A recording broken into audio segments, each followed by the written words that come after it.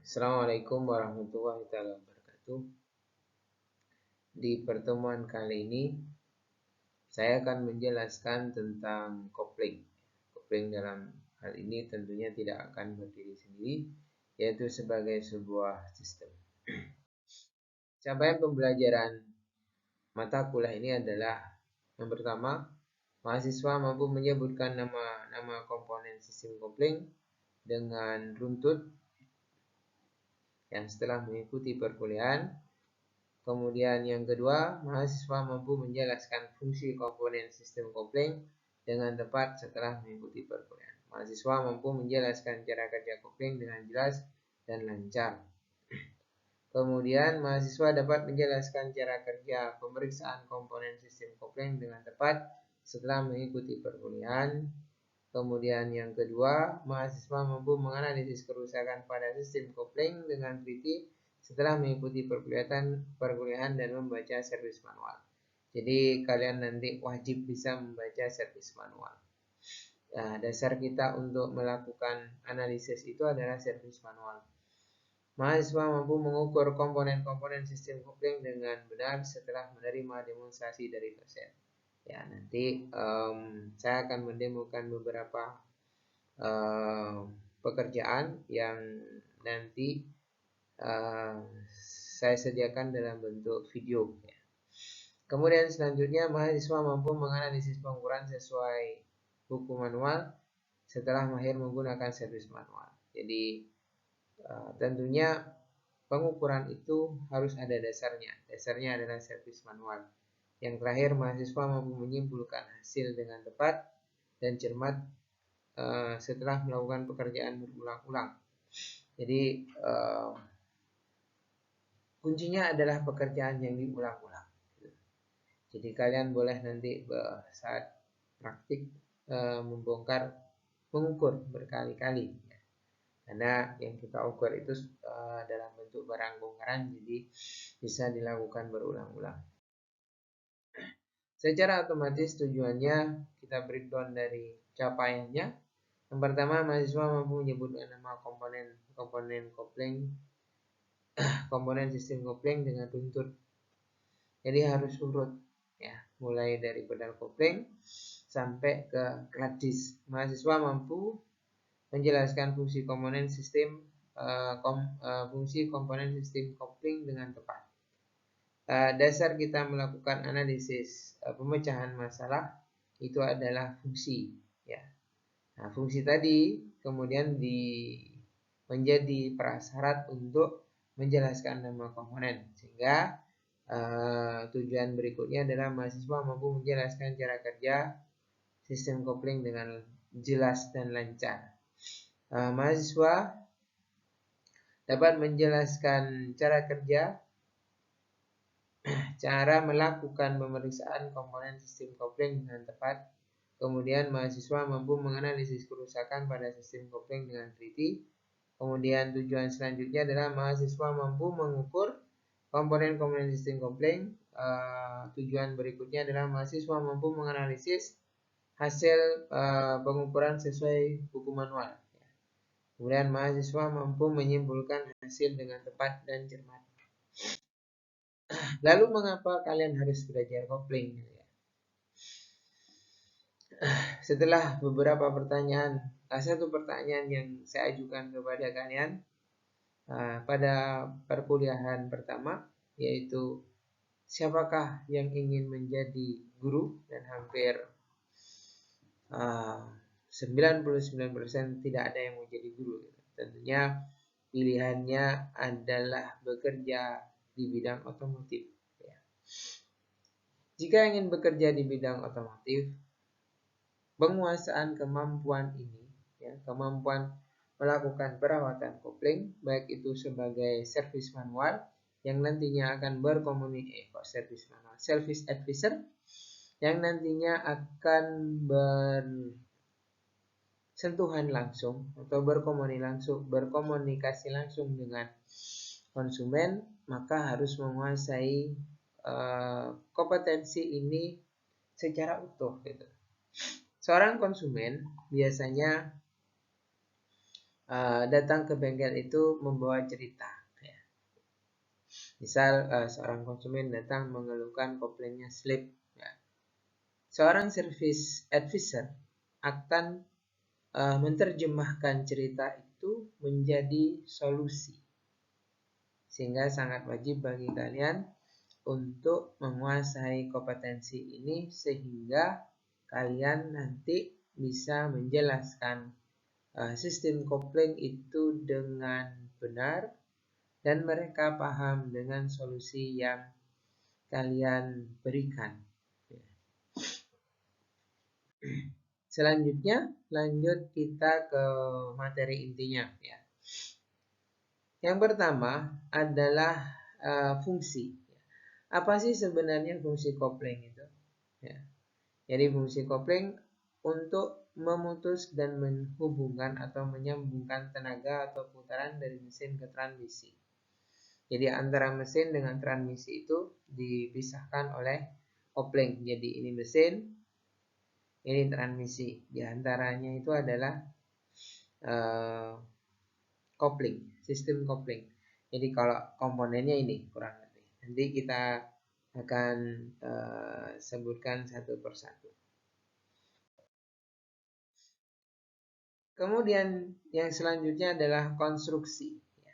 Kalau konstruksi dalamnya, jadi kalau di bengkel itu kalau kita ganti kopling, biasanya satu setnya yang diganti. Yang pertama adalah release bearing, clutch cover, clutch disc.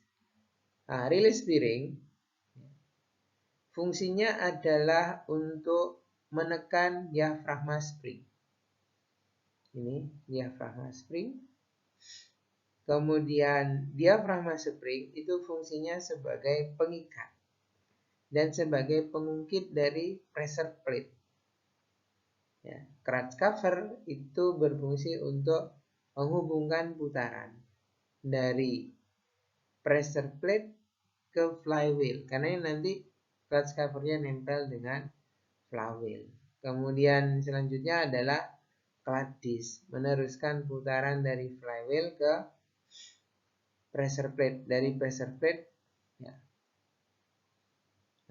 meneruskan putaran dari pressure plate ke input shaft ya. Jadi input shaftnya transmisi. Kemudian konstruksi kampas kopling atau clutch disc. Jadi clutch disc itu bentuknya seperti ini. Tampak depannya seperti ini. Jadi bagian ini adalah bagian clutch fashingnya. Jadi bagian ini kemudian yang nanti bersentuhan dengan flywheel dan bersentuhan dengan clutch cover. Nah, bagian kampas ini atau bagian disc ini dirivet ya. Jadi diikat dengan rivet. Ini biasanya kepala paku kelingnya. Nah, kepala paku keling ini nanti yang kita ukur kedalamannya. Kemudian damper spring. Ya, bagian tengahnya dilengkapi dengan damper spring. Apa sih fungsi damper spring itu? Untuk meredam kejutan. Jadi pada saat kopling itu dibebaskan. Jadi saat kopling diinjak, maka koplingnya akan lepas. Setelah itu, jika dilepas, maka kopling itu akan mengalami kejutan. Ya, mengalami hentakan. Untuk mengurangi hentakan itu, maka cara untuk meredamnya dilengkapi dengan damper spring. Kalau tidak dilengkapi dengan damper spring, fashingnya ini bisa rusak. Bisa rusak, bisa robek. Apalagi kalau melepas pedal koplingnya tidak lembut. Kemudian ada clutch hub nanti yang berhubungan dengan input shaft. Permukaan kampas kopling ini harus memiliki koefisien gesek yang bagus. Dia akan menerima gesekan dan juga menerima panas. Ya, panasnya mesin. Nah, sehingga komponen ini harus tahan terhadap panas supaya koefisien geseknya tetap. Jangan sampai kalau panas dia koefisien geseknya menjadi turun. Kalau koefisien geseknya turun, secara otomatis akan slip. Nah, damper spring seperti yang saya sudah sebutkan tadi, fungsinya untuk menyerap dan memperkecil kejutan putaran saat kopling terhubung. Kemudian prinsip kerja kopling itu seperti apa sih, gitu ya? Ya, ini kalau di sini kondisinya pada saat kopling terhubung. Jadi pada saat flat disk ini terjepit antara flywheel dan pressure plate. Ya. Diafragma spring ini, ya, diafragma spring itu konstruksinya seperti ini. Jadi ujungnya terhubung dengan pressure plate, kemudian ditumpu oleh pivot ini dua ini sebagai tumpuannya, dan diafragma spring itu nanti kalau diinjak akan terhubung dengan release bearing. Jadi ini harusnya ada jarak ya. Jadi antara release bearing dengan diafragma spring itu tidak boleh nempel terus. Kalau nempel terus maka release bearingnya akan cepat aus karena dia akan berputar terus. Jadi release bearingnya akan berputar terus. Ya. Jadi pada saat kopling tidak diinjak, putaran dari flywheel itu diteruskan ke clutch cover, kemudian diteruskan ke pressure plate. Harusnya begitu gitu. Sehingga flat disk ini terhubung dengan flywheel. Ya, sehingga putaran dari flat disk itu dihubungkan ke input shaft. Jadi harusnya putaran itu dari sini, dari flywheel, clutch cover, pressure plate pada bagian satu sisi, yang satu sisi melalui flywheel. Makanya clutch cover ini fungsinya untuk menghubungkan putaran gitu, dari flywheel ke flat disk. Ya, tidak bisa kita terjemahkan tanpa ada clutch cover. Coba tanpa clutch cover, maka clutch disk itu hanya akan bergesekan saja, tetapi tidak bisa meneruskan putaran. Ya. Selanjutnya, prinsip kerja yang kedua, bagaimana cara kerja sistem kopling itu pada saat diinjak, atau di sini ditulis prinsip kerja pegas diafragma. Maksudnya cara bagaimana diafragma spring itu bekerja. Pada saat release bearing itu terinjak, maka diafragma spring itu akan terdorong. Karena diafragma di sini sebagai pengungkit yang ditumpu oleh pivot ring ini, saat diafragma terdorong, maka pressure plate-nya tertarik. Mundur dia. Nah, saat pressure plate itu tertarik ke belakang, maka flat disk-nya tidak akan terjepit sehingga ada celah. Kalau di sini menggerakkan plat penekan ke kanan sehingga membuat celah antara flywheel dengan plat kopling dan penekan. Artinya flat disk-nya itu lepas hubungannya dengan flywheel, begitu juga dengan clutch cover, sehingga flywheel clutch disk-nya itu bebas. Kalau clutch disk-nya bebas, maka putaran dari flywheel tidak akan diteruskan ke clutch disk dan kemudian ke input shaft, sehingga putaran dari mesin itu tidak diteruskan ke transmisi. Nah, maka kita bisa memindah transmisinya. Jadi itu cara kerjanya. Kemudian secara runtut, cara kerja tadi kalau kita telusuri dari awal sampai akhir, maka mekanisme kerja kopling bisa diterjemahkan menjadi mekanisme kerja kopling. Dibagi menjadi dua. Yang pertama adalah mekanisme kerja kopling mekanis yang menggunakan kabel kopling, ya. Kemudian nanti yang kedua yang menggunakan hidrolis, ya. Bagaimana mekanisme itu bekerja? Yang pertama, pada saat pengemudi menginjak pedal kopling, misi nomor 1, ya, injakan atau gaya itu akan diteruskan, ya, diteruskan ke clutch kabel. Ya. Jadi injakan ini karena di sini ada tumpuannya, ya. Jadi ada tumpuannya. Tumpuan kalau ini diinjak ke depan, maka bagian atasnya mundur. Nah, gerakan tadi dihubungkan ke clutch kabel. Jika clutch kabelnya mundur, maka release fork ini juga akan mundur. Jika release forknya mundur, release fork akan menekan release bearing. Release bearing akan menekan diafragma spring. Diafragma spring akan menarik clutch cover seperti fungsi yang sebelumnya. Ya. Kemudian mekanisme kerja kopling hidrolik. Intinya sama sebenarnya, hanya saja kalau kopling hidrolis medianya adalah minyak kopling. Jadi pada saat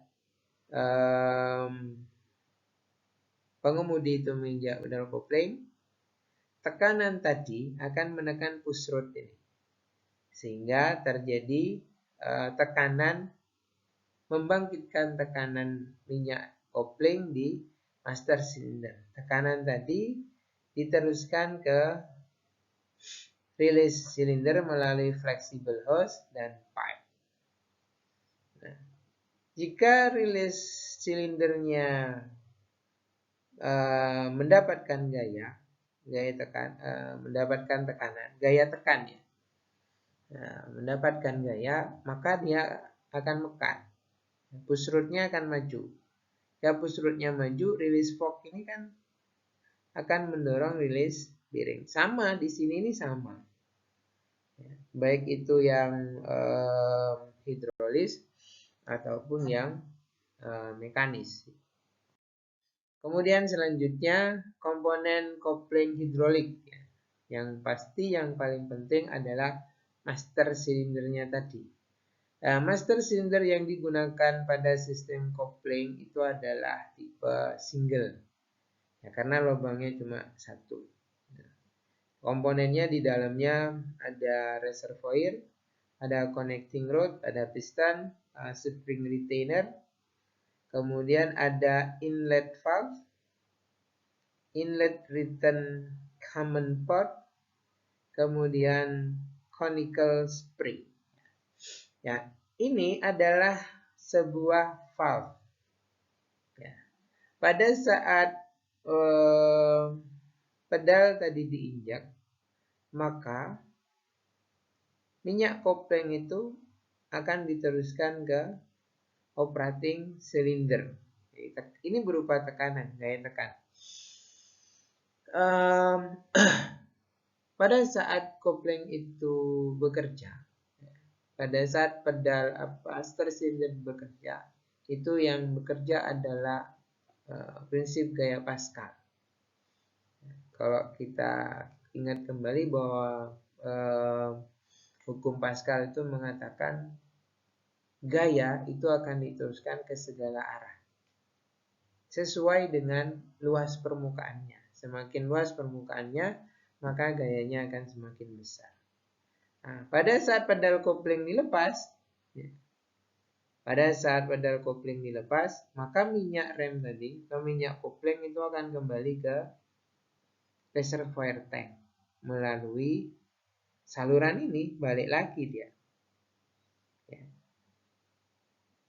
Balik lagi ke reservoir tank, sehingga tekanannya turun. Kalau tekanannya turun, berarti release forknya kembali ke posisi semula dan menarik release bearing, ya. Jadi pada saat pedal rem itu dilepas, minyak kopling itu akan kembali ke master silinder. Ya. Nah, di sini kalau jumlahnya kurang atau pada saat kita lepas, ya minyak koplingnya juga kembali dan bagian ini akan terisi minyak kopling lagi. Jadi kalau kurang di sini, maka yang di reservoir tank ini masuk. Ya ini kan kejadian yang berulang-ulang. Makanya minyak kopling itu menjadi media masuknya kotoran. Jadi minyak kopling ini lambat laun akan menjadi kotor. Kotorannya dari mana? Dari debu yang ada di ruang kopling itu yang masuk melalui piston pada saat piston maju, kemudian pada saat pistonnya kembali itu ada debu yang kemudian ikut terbawa ke reservoir tank. Jadi reservoir tank sepengalaman kita itu bisa penuh dengan kotoran sehingga warna minyak koplingnya itu dari merah menjadi hitam, dari putih menjadi hitam. Jadi ini harus diganti secara reguler. Harusnya sama penggantiannya dengan minyak kopling. Ya 20.000 itu harus ganti supaya awet. Karena kalau di dalamnya banyak kotorannya, pistonnya akan cepat aus.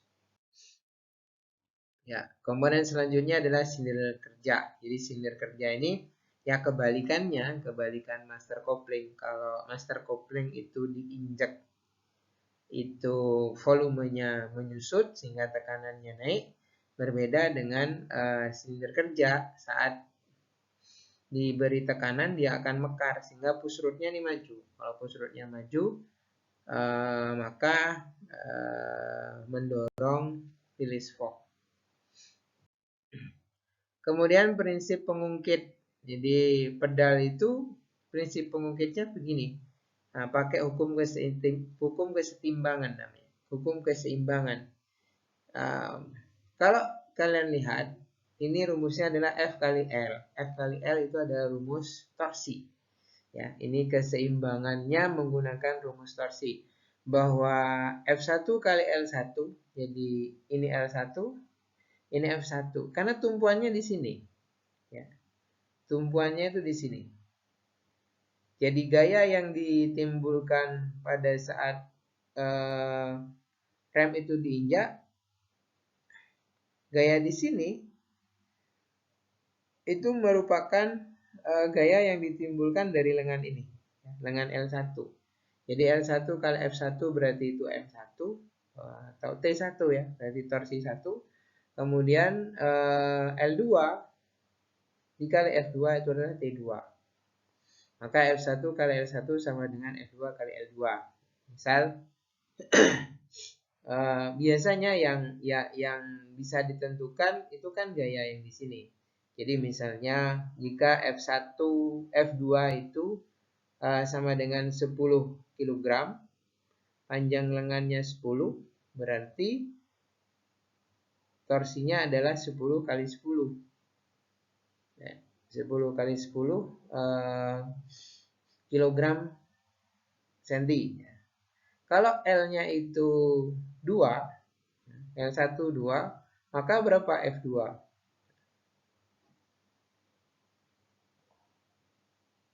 Jadi kalau di sini itu taruhlah 10. Nah, kali 10.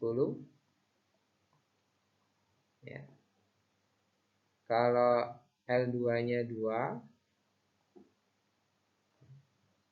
maka yang kalau kita cari F1, maka 100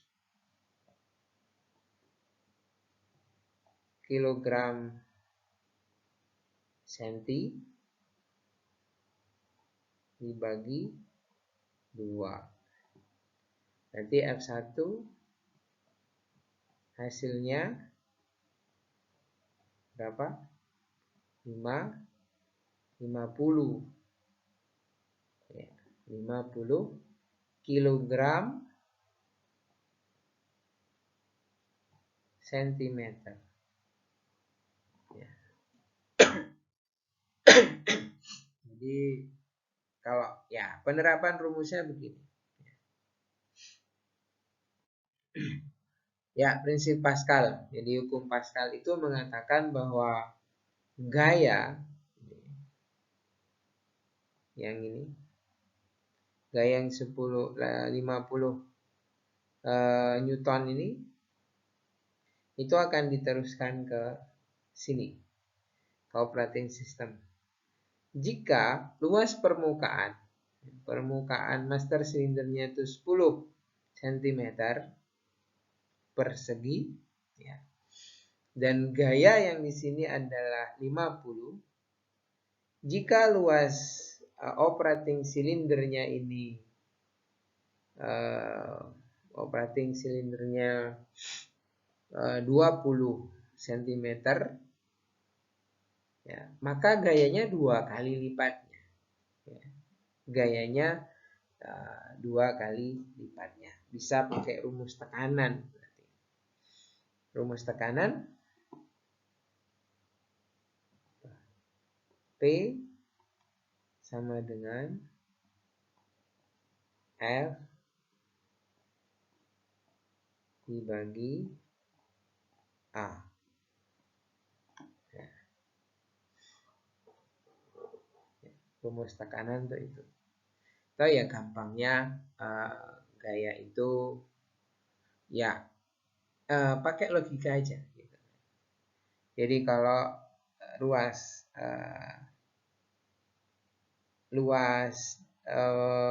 ini misalnya 1,5, ya berarti kalau 1,5 ya 75.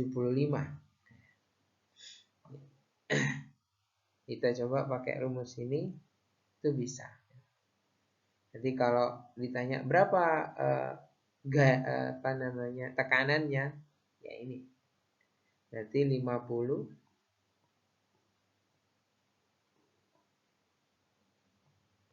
dibagi 10. Tekanannya adalah berapa? 5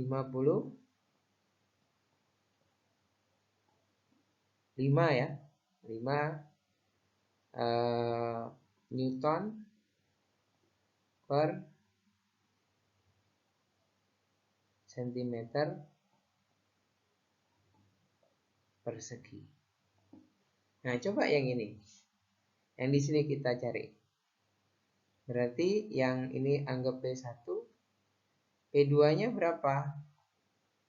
Jadi P2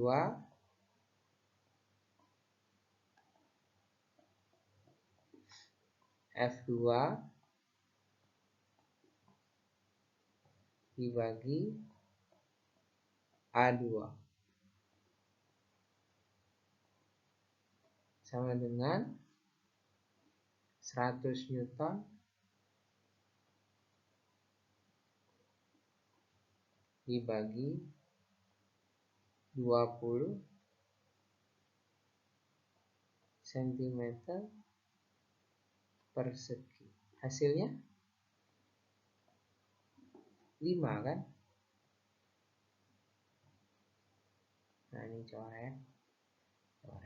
Jadi 10 dibagi 2, 5 Newton per centimeter persegi. Jadi kalau dibuat persamaan jadi begini. F1 per A1 sama dengan F2 per A2. Kan sama. Ini kan sama.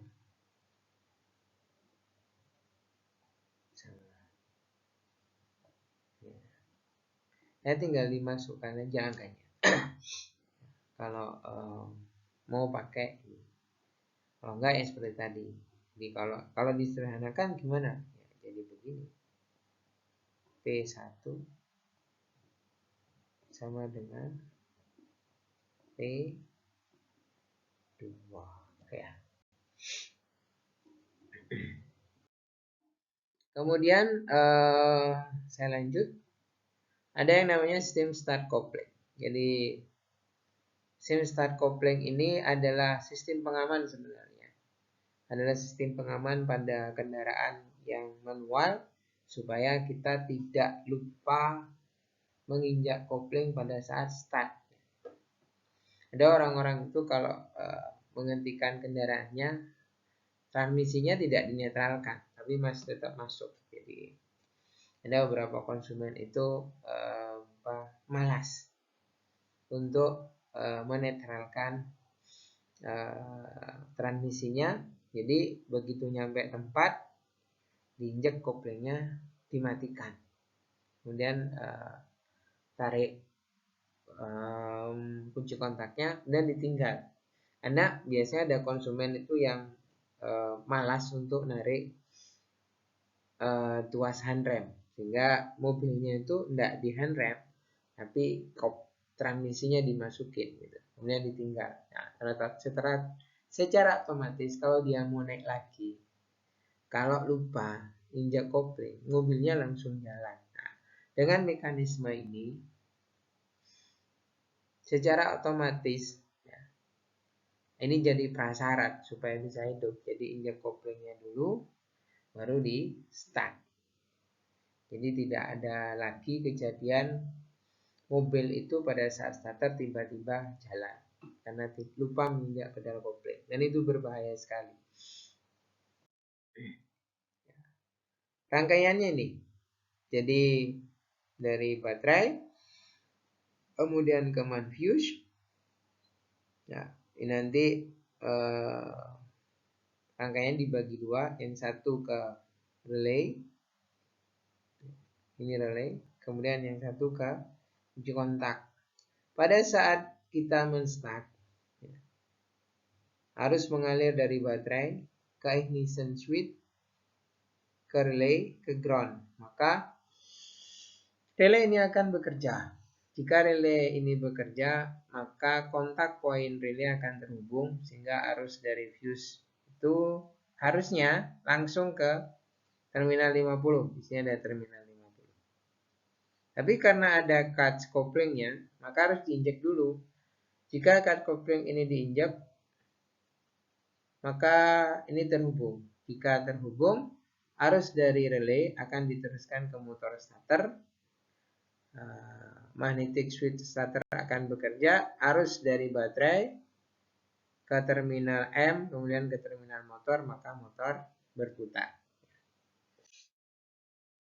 Pekerjaan apa saja yang akan dilakukan? Jadi pemeriksaan dan perawatan kopling. Pertama adalah melakukan pemeriksaan langkah pedal. Apakah pedalnya itu normal, bisa bergerak dengan baik.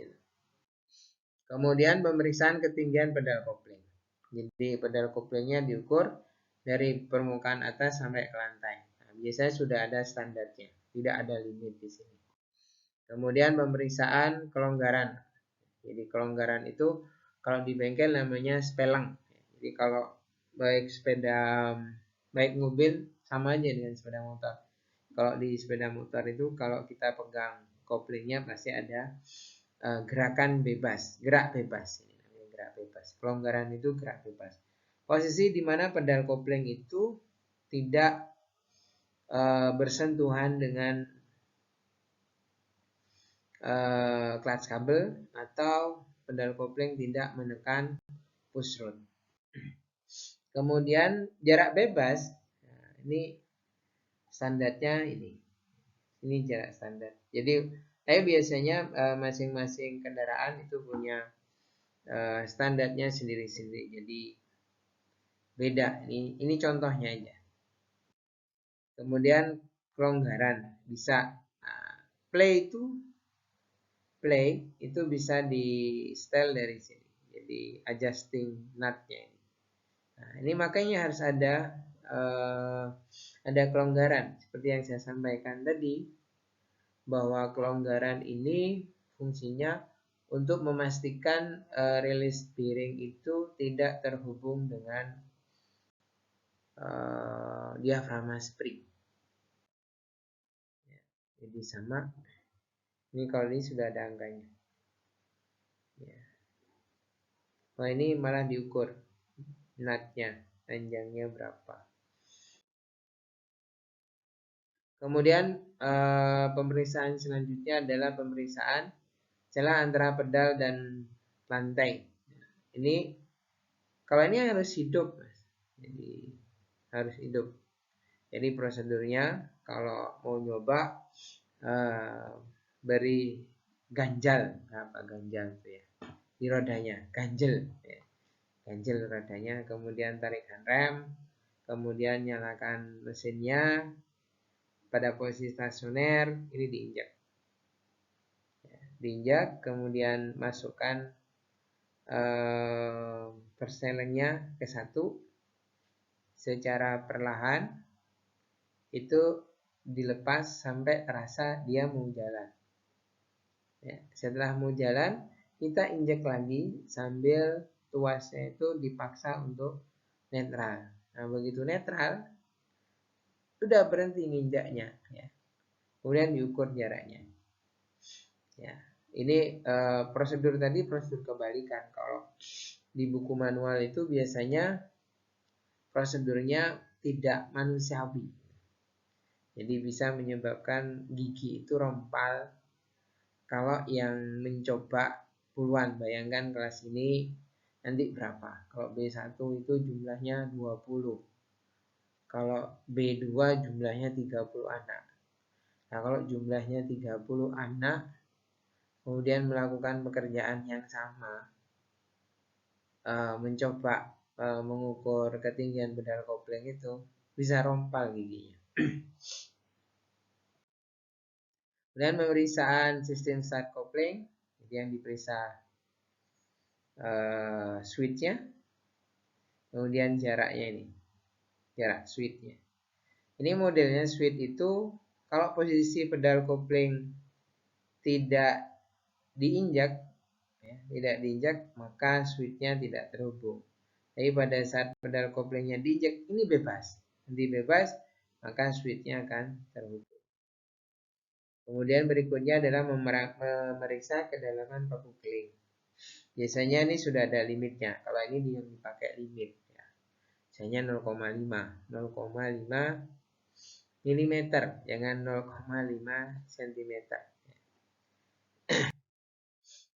Kemudian pemeriksaan kabel, pemeriksaan impulsa bearing. Komponen ini penting, ya. Sangat penting malah. Bagian luarnya ini itu terhubung dengan flywheel, karena komponen ini terhubung dengan flywheel. Bagian dalamnya itu terhubung dengan input shaft. Jadi input shaft itu ditumpu oleh input shaft bearing ini. Nah, kalau input shaft bearing ini macet, maka putaran dari flywheel itu langsung diteruskan ke input shaft. Jadi kalau komponen ini bermasalah, fungsi kopling untuk memutus putaran itu tidak bisa. Kenapa? Ya ini tadi, putaran dari flywheel itu diteruskan langsung ke input shaft tanpa melalui kopling. Jadi pada saat kopling diinjak, ya input shaftnya nggak bisa lepas. Jadi tetap terhubung dengan flywheel melalui input shaft bearing. Dan kalau di bengkel, jadi selain release bearing, clutch cover, dan kadis, komponen ini juga diganti. Ya, harus diganti. Jadi setiap ganti kadis, ganti saja. Jangan kemudian ditambahi grease. Ada kasus itu begitu ini ditambahi grease, stemplet, kalau kebanyakan stempletnya keluar. Nah, begitu stempletnya keluar, itu mengenai facingnya kadis dan biasanya slip. Saya pernah menemui kasus ini. Mobilnya Timor, jadi habis ganti kampas kopling, tapi ini nggak diganti. Kemudian dilepas tutupnya, dan kemudian ditambah grease. Ya, grease-nya itu kemudian keluar. Kan kalau grease-nya panas, dia akan menjadi cair, mencairkan grease itu kalau panas. Maka keluar, nyiprat. Ya. Kena facingnya, maka slip. Ya. Jadi waktu itu RPM 4000 koplingnya slip. Jadi ya secara otomatis ganti ini dan ganti kampas kopling. Karena kampas kopling itu kalau sudah kena oli atau kena grease itu udah nggak bisa dipakai lagi, cacat dia. Koefisien geseknya. Jadi kampas koplingnya itu sudah mengandung grease, jadi nggak bisa lagi dipakai. Jadi harus ganti. Jadi kadang konsumen itu ini murah harganya, tidak sampai 50.000 harganya. Ya, paling 20.000 udah dapat. Tapi begitu ini tidak diganti, kalau udah panas muai kan ini. Biringnya bolnya itu muai. Itu bolnya memuai, ya macet dia. Nah, jadi kalau nanti kalian kerja ada kasus koplingnya diinjek, tapi transmisinya tetap susah untuk dipindah, ya bisa jadi kemungkinannya ini. Atau dulu yang saya temui kladisnya itu terlalu tebal. Waktu itu punyanya Honda Civic ya. Honda Civic 2000 berapa saya lupa.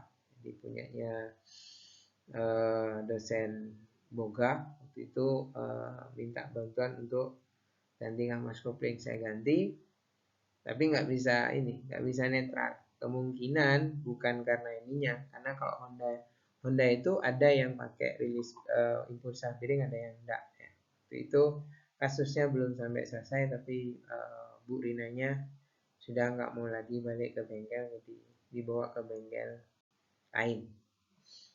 Dan terakhir mobilnya udah dijual. Kemudian pemeriksaan permukaan flywheel, ini pemeriksaan run out sebenarnya. Nah, kemudian pemeriksaan rilis bearing, rilis bearing ya. Clutch rilis bearing itu diperiksa halus enggak kalau diputar. Ya. Dan ini biasanya kalau saya dulu waktu jadi teknisi ganti nih, nggak boleh dipakai lagi nih. Jadi kalau ganti kampas kopling ganti aja. Harganya juga agak mahal. Ada yang mending ganti yang biasa. Kalau yang orisinil rasanya mahal. Ya kalau mau dipaksakan ditambahi grease sih, saya sih tidak recommended ya. Biasanya saya minta ganti. Kemudian permukaan clutch cover yang diperiksa ini permukaannya biasanya ini ada bagian yang hitam, ada bagian yang bening, karena ini ngalami gesekan. Jadi kalau tidak mau diganti, ya diamplas ini, atau di slap. Yang kedua dilihat ini diafragma springnya ini, daus apa belum. Kalau saya sih lebih merekomendasikan ganti, kecuali ada kasus ya, jadi sudah diganti tapi bermasalah. Biasanya nggak bisa netral. Nah, kalau udah nggak bisa netral, ya mau tidak mau di spacer. Jadi di sini nih nanti dikasih ring supaya dia lebih mundur. Ya, ada kasus-kasus seperti itu dulu. Ya. Jadi kalau tidak mau ganti dicek nih aus apa enggak. Nah, diafragma spring itu kan pengungkit. Nah, dia kena panas, kena gaya, bisa jadi komponennya itu berubah strukturnya menjadi lembek. Ya, kalau lembek ya diinjak, walaupun diinjak ini nggak bisa mundur. Sehingga saran saya nanti kalau memberikan saran ke konsumen atau jadi teknisi, ganti saja, jangan ambil resiko. Karena kita rugi waktu dan rugi biaya. Kemudian memeriksa rilis sub, rilis fork, rilis subnya ini. Ini biasanya untuk yang untuk kendaraan Suzuki begini. Ini nanti di sini ada forknya, jadi nggak langsung. Biasanya yang model seperti ini itu yang pakai seling, jadi yang mekanis. Kemudian bleeding, Jadi ini yang model baru, bleedingnya seperti ini. Jadi yang dibuang di sini sama sebenarnya dengan bleeding minyak rem. Kemudian ini contoh ya, diagnosis kerusakan, misalnya ikatan tidak lembut, unsmooth engagement. Jadi lakukan pemeriksaan dengan cermat apakah penyebab masalah adalah kurang lancar sistem operasi atau transmisi tidak seimbang yang dikibatkan oleh kerusakan pada kopling. Nah, kerusakannya itu yang harus kalian cari nanti. Kemudian gerakan maju tiba-tiba atau lompat. Gerakan ini merupakan sebuah gejala di mana kendaraan tidak bisa start jalan dengan lembut. Kendaraan tersebut dapat melompat secara otomatis saat pedal kopling dilepas atau mesin seakan-akan terasa mau mati. Jadi nyendat-nyendat. Kalau di bengkel itu namanya drodok. Ya. Nah, ini contoh kasus gitu. Yang nanti saya minta kalian untuk melakukan analisa dari penjelasan saya tadi. Kalian lakukan analisa komponen apa penyebabnya gitu. Jadi kasusnya kan kayak gini. Contoh kasus. Nanti ada tugas masing-masing kelompok untuk membuat analisa seperti ini.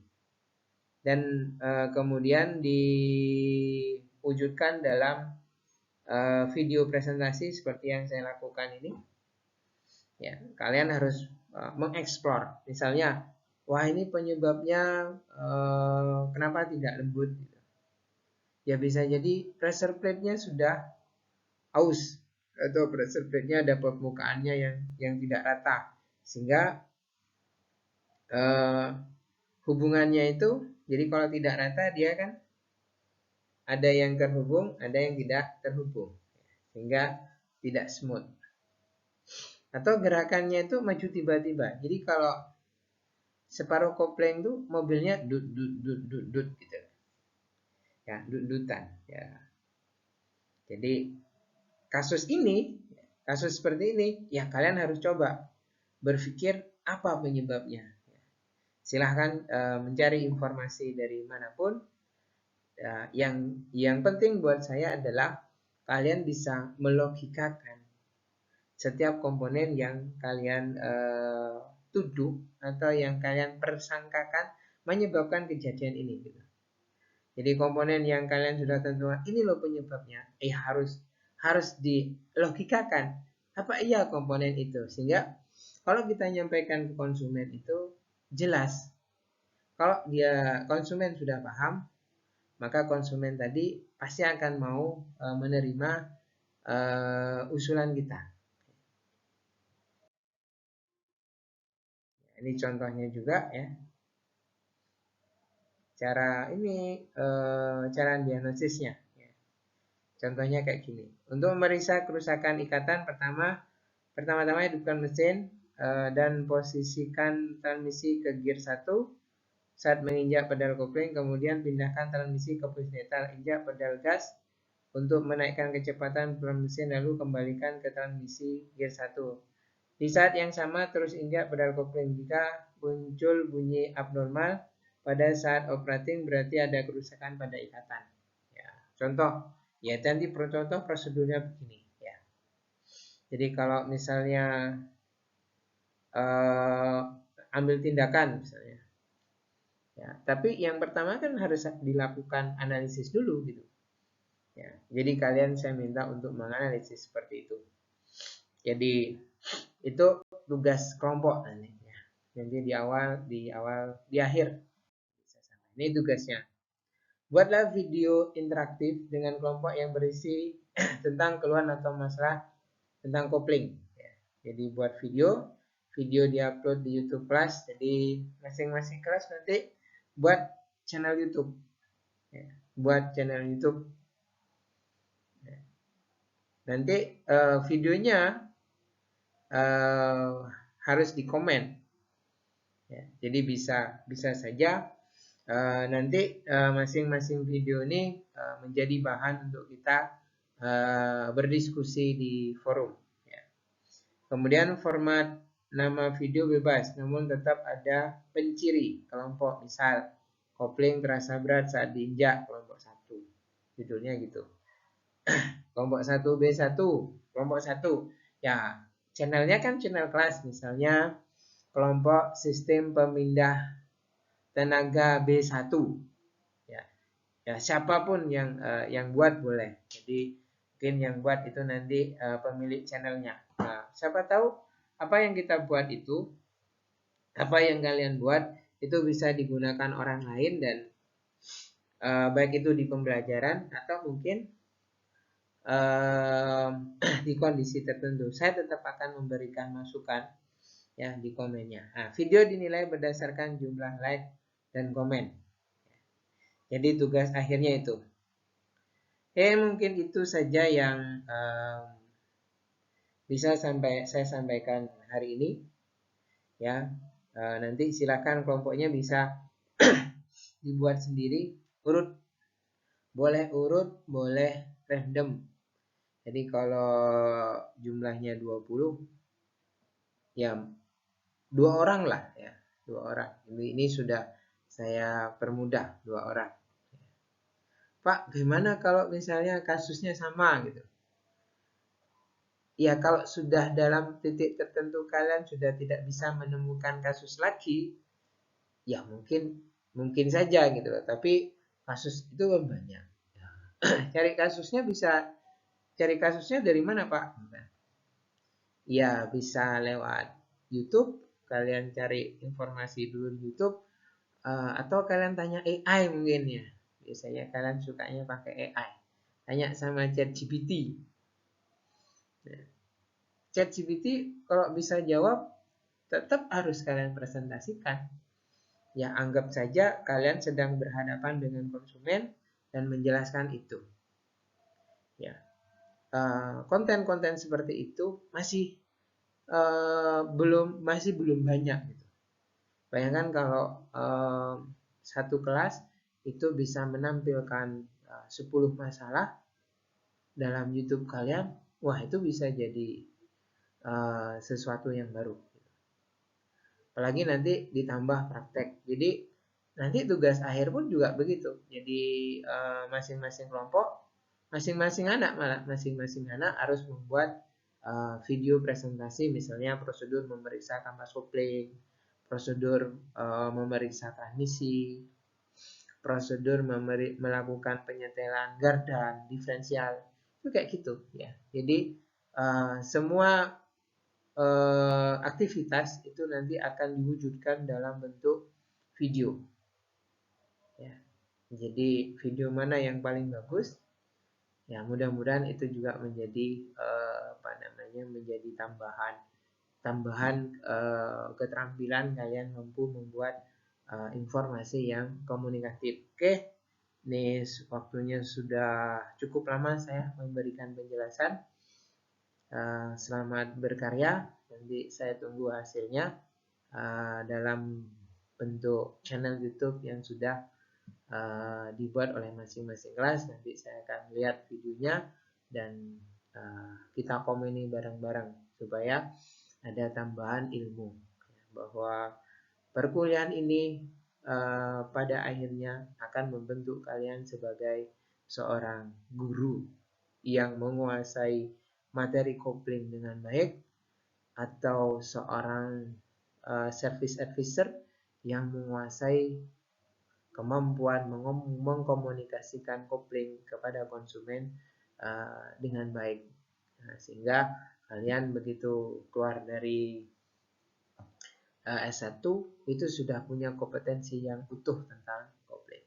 Oke, itu saja mungkin dari saya. Kurang lebihnya selamat berkarya, saya tunggu karyanya. Nah, nanti kalau sudah jadi silahkan di-upload di grup channel YouTube-nya. Akhirul kalam, assalamualaikum warahmatullahi wabarakatuh.